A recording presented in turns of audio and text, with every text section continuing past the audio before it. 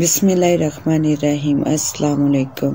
तमाम दोस्तों से इल्तिमास है कि हमारे चैनल ज़रा सी आहट को सब्सक्राइब कर दीजिए और साथ घंटी के बटन को दबा दीजिए ताकि हमारी आने वाली न्यू कहानी का नोटिफिकेशन आपको मिल सके। शुक्रिया। ये आज से कई साल पहले का वाकया है। मेरे एक दोस्त की शादी नहीं हो रही थी। उन्होंने हर मुमकिन कोशिश की, कई आमलों से तवीज लिए, मगर शादी ना होनी थी और ना हुई। थक हार कर एक दिन वो मेरे पास तशरीफ लाए। सलाम दुआ के बाद उन्होंने पूछा, आकाश भाई, मैंने सुना है कि आप भी अमली याद करते हैं, कुछ हमारी शादी के बारे में भी कीजिए। आपके होते हुए भी क्या हम कुंवारे ही मरेंगे? आखिर आपकी शादी ना होने की वजह क्या है? साहब, ये तो आप जाने, आप साहब इल्म हैं, मैं तो नहीं हूँ। मुझसे पहले किसी अमल से हिसाब कराया, कोई नक्श वगैरह लिया या नहीं? मेरी बात सुनकर इसने जवाब दिया, आकाश भाई, कोई एक हो तो बताऊं।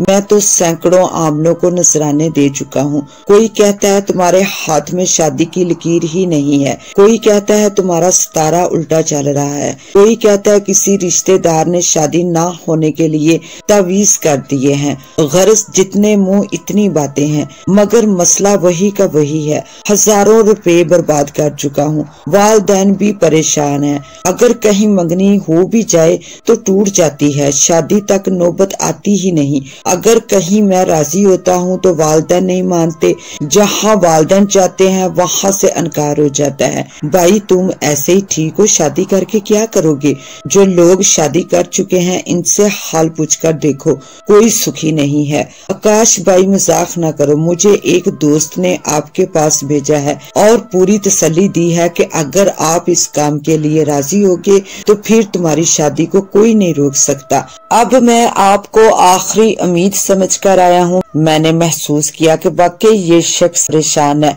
अच्छा ये बताओ, तुम शादी कहाँ करना चाहते हो? आकाश भाई, यहाँ तो कहीं भी नहीं हो रही और आप मुझसे मेरी पसंद पूछ रहे हैं। भले आदमी, जब मैं तुम्हारी शादी करवा ही रहा हूँ तो क्यों ना तुम्हारी पसंद की करवा दूं। इस काम के लिए मेहनत तो मुझे इतनी ही करनी पड़ेगी। इसने कहा, अगर ऐसा हो जाए तो मैं तुम्हें मुंह मांगा इनाम दूंगा।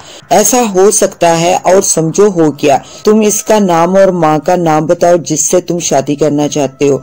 वो मेरी कजन है। मैंने इसका नाम और वालदा का नाम लिखकर रख लिया और इसे कहा 9 चंदी इतवार को 100 किलो शक्कर पहली साथ में लेकर मेरे पास आ जाना। ये 9 चंदी इतवार कौन सा इतवार है और पहली साथ से क्या मुराद है? मैंने इसे समझाया कि अब जो चांद नजर आएगा इसके पहले इतवार को 9 चंदी इतवार कहते हैं और उस दिन सुबह सूरज निकलते ही 1 घंटे के अंदर अंदर तुमने शक्कर खरीदनी है। पहला घंटा ही पहली साथ कहलाता है। ठीक है जनाब, मैं उस वक्त शक्कर ले आऊंगा। चांद नजर आने में अभी 15-16 रोज थे। मैंने सोचा इतने दिनों में या तो वो भूल जाएगा या फिर वक्त पर शक्कर ना खरीद सकेगा और मेरी जान छूट जाएगी। वैसे भी अमलियात मैंने अपने शौक की तस्कीन के लिए सीखे थे और ये मेरा जरिया रोजगार ना था। एक रोज मैं अभी सोकर भी ना उठा था, दरवाजा खटखटाने की आवाज आई। मैंने उठकर इधर उधर देखा, वाल क्लॉक पर नजर मारी। सुबह के 6:30 बजे थे।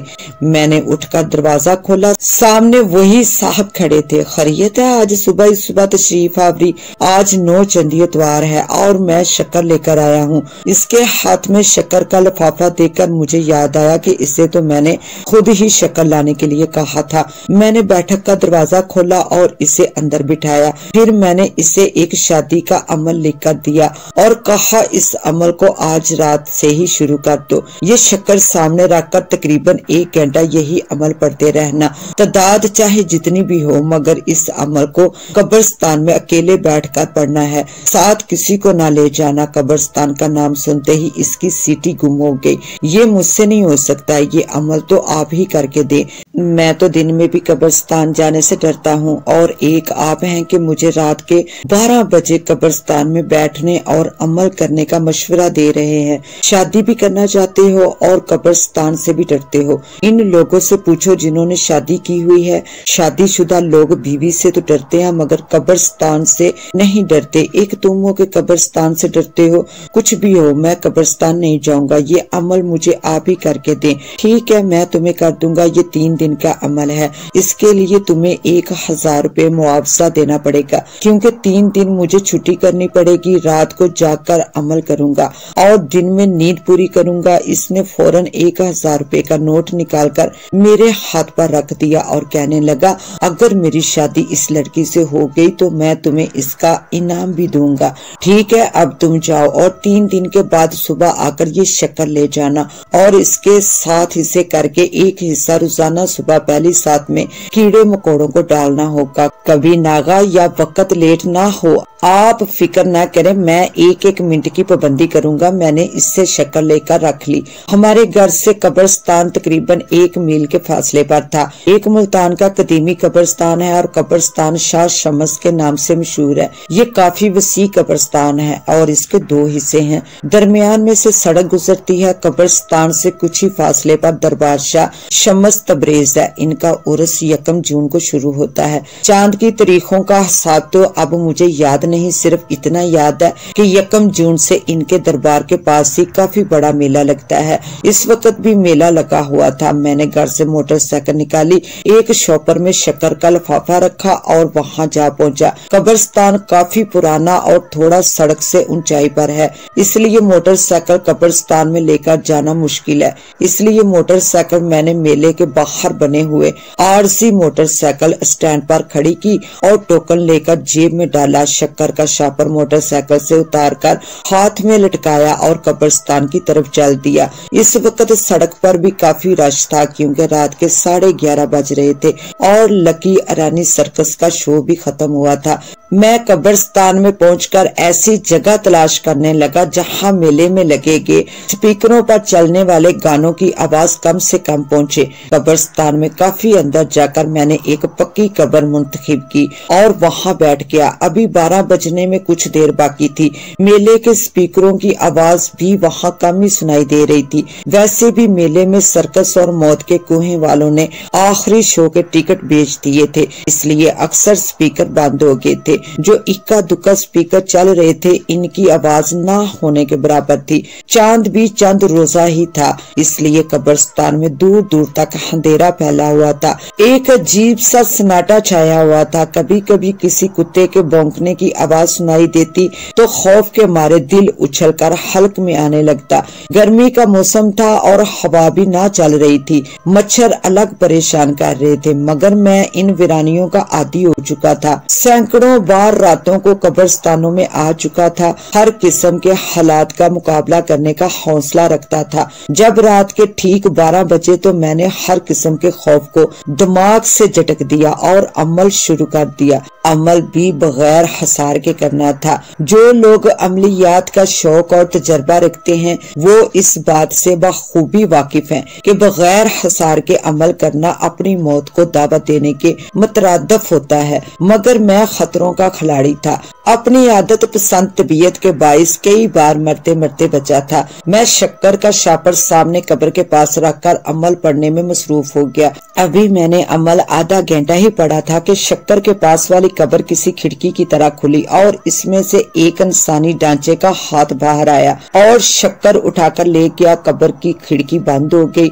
मगर मैं अमल पढ़ता रहा, क्योंकि मैं जानता था कि ये नजर का धोखा है। शक्कर वहीं पर मौजूद होगी। अगर मैं शक्कर उठाऊंगा या इधर उधर तलाश करूंगा तो अमल गलत हो जाएगा। और मुझे मेरे उस्ताद साहब ने हमेशा यही कहा था कि अमल में गलती मौत है। हमेशा अमल करते वक्त जुबान पर अमल जारी और दिमाग हाजिर रखना चाहिए ताकि फौरी फैसला करते हुए देर ना लगे। मैं अमल पढ़ता रहा। 1 घंटा पूरा हो गया। मैंने अमल बंद कर दिया तो देखा शक्कर का शॉपर उसी जगह पर पड़ा है। मैंने शक्कर का शॉपर उठाया और अपनी इस कामयाबी पर मुस्कुराता हुआ चल दिया। दूसरी रात भी मैं इसी तरह गया और ठीक 12 बजे अमल शुरू कर दिया। मेरे अमल शुरू करते ही हर तरफ शोर मच गया। पकड़ो पकड़ो चोर चोर। मैंने देखा एक आदमी भाग रहा है और 3-4 पुलिस वाले इसके पीछे हैं। उन्होंने इसको पकड़ लिया और खूब मारा और पूछा, बता तेरे साथ और कौन कौन है। इसने मेरी तरफ इशारा कर दिया और कहा, ये भी मेरे साथ है। एक लम्हे के लिए तो मैं घबरा गया कि कहीं ये असली पुलिस वाले ना हो और सारे किए कराए अमल को खत्म कर दे। फिर मैंने सोचा जो होगा देखा जाएगा। मैंने अमल शुरू रखा। वो सिपाही मेरी तरफ इसे लेकर आए, मगर मैं बैठा अमल पढ़ता रहा। वो मेरे करीब आकर गायब हो गए। मैं खामोशी से बैठा अमल पढ़ता रहा और इसके बाद कुछ ना हुआ। तीसरे और आखिरी दिन मैं फिर इसी तरह वहाँ पहुँचा और अपने अमल के वक्त के मुताबिक अमल पढ़ना शुरू कर दिया, मगर खिलाफे तवक्को कुछ ना हुआ और मैंने अमल पूरा कर लिया। फिर शक्कर का शापर हाथ में उठाकर मैं बड़ी लापरवाही से दिल ही दिल में खुश होता हुआ चल दिया। अभी मैं कब्रिस्तान के वस्त में ही पहुंचा था कि मुझे वहाँ कनाते वगैरह लगी दिखाई दी। मैंने सोचा ये कब्रिस्तान में किसकी शादी है। करीब पहुँचने पर मैंने देखा कि वहाँ काफी लोग बैठे हैं, जिनमें मर्द भी और बच्चे भी। औरतें शायद दूसरे टेंट में थी। देखने में वो आम से लोग दिखाई दे रहे थे। एक बड़ी सी दाढ़ी वाले बुजुर्ग खड़े थे। मुझे देखकर कहने लगे, बेटा मेरे बेटे की शादी हुई है, तुम भी खाना खाकर जाना। कोई बात नहीं बाबा जी, मैं खाकर आया था। इतनी देर में इनका बेटा भी आ गया और कहने लगा, थोड़ी देर है भाईजान, खाना खाकर जाना, ये तो खुशी का मौका है, आपको हम ऐसे नहीं जाने देंगे। फिर मैं भी बैठ गया कि चलो इनकी खुशी है, कुछ खा लेने से